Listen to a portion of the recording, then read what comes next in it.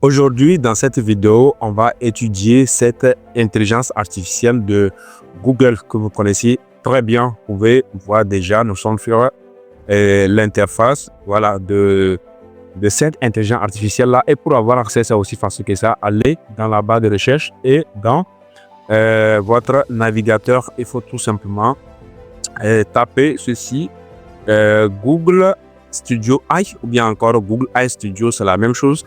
Là, vous arrivez ici et vous cliquez tout simplement sur le premier lien. Et quand vous cliquez sur le premier lien, vous allez atterrir en même temps sur l'interface de l'intelligence artificielle en question. Voilà, donc c'est elle qui est là, comme ceci, comme vous pouvez le voir. C'est aussi simple que ça.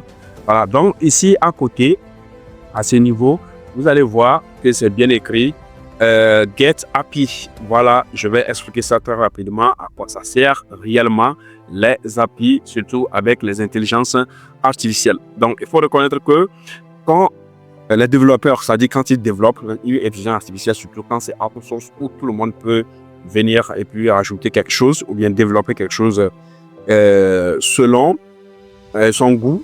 Voilà, il y a des choses qu'on appelle API. Si on prend OpenAI, eux aussi ils ont leur API. Si on prend DeepSeek, eux aussi ils ont leur API. Si on prend Mistral, en tout cas, toutes ces intelligences artificielles-là ont des API. Et je vous explique.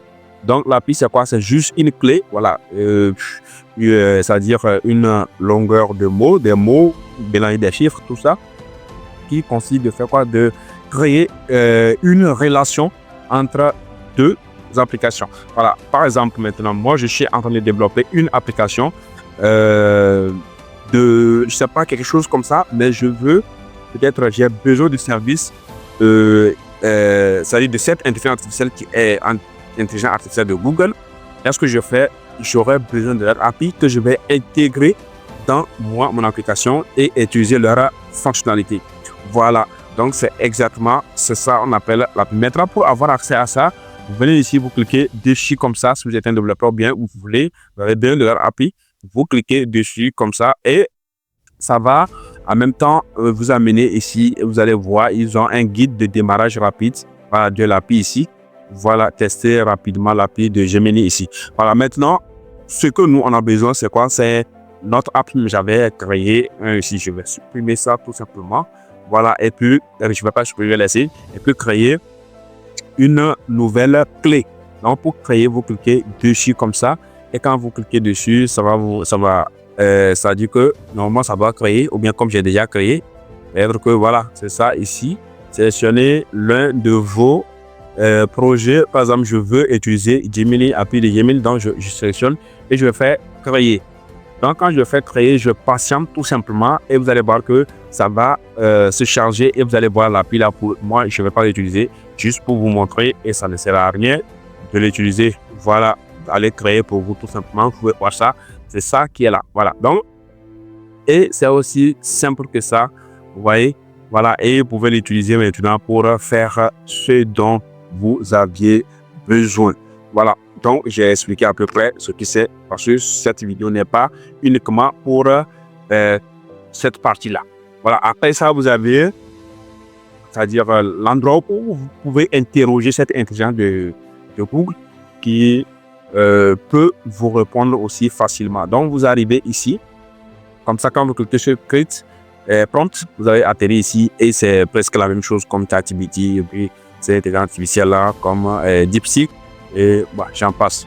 Voilà. Après ça, l'endroit où vraiment, c'est-à-dire cette fonctionnalité qu'ils vont ajouter vraiment, qui est vraiment bluffant, c'est ici. Cette fonctionnalité-là, je l'adore beaucoup. Quand vous cliquez dessus, ça dit Stream Real Time. Voilà.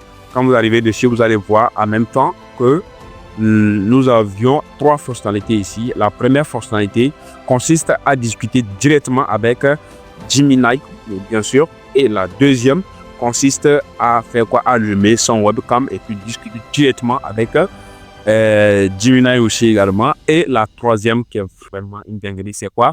C'est de partager ton écran, c'est-à-dire l'écran de ton PC ou bien de ton téléphone. Voilà. Et c'est-à-dire faire les choses directement avec l'intelligence artificielle en question. Par exemple, tu es sur le web. Tu as trouvé un article qui est long, mais tu veux lire ça. et tu n'as pas du temps, et tu veux juste avoir des informations importantes ou bien un résumé, tu peux partager ton écran et aller sur sur cet article-là.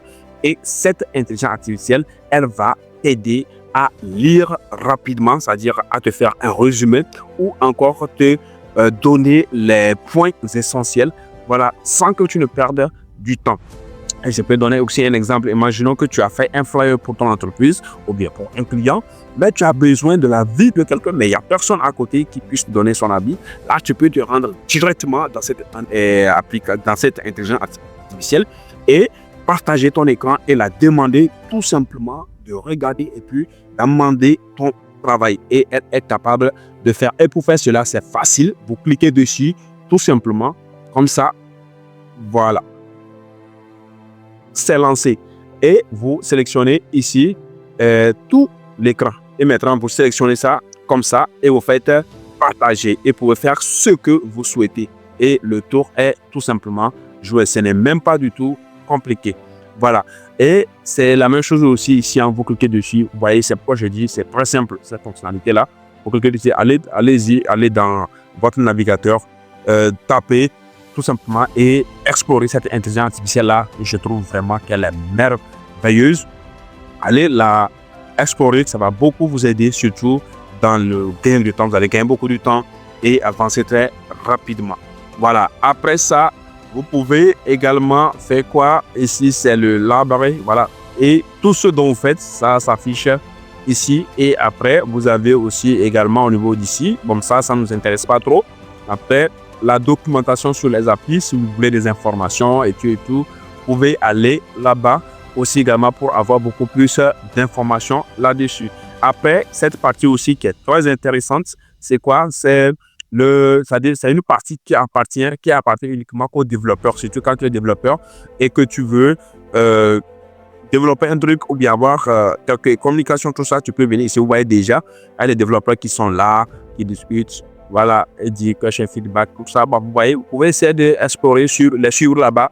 Tout simplement, vous pouvez même créer un compte ici, voilà, pour les suivre. Voilà, après cela, qu'est-ce qu'il faut encore? On a cette partie aussi que je trouve que c'est vraiment bien.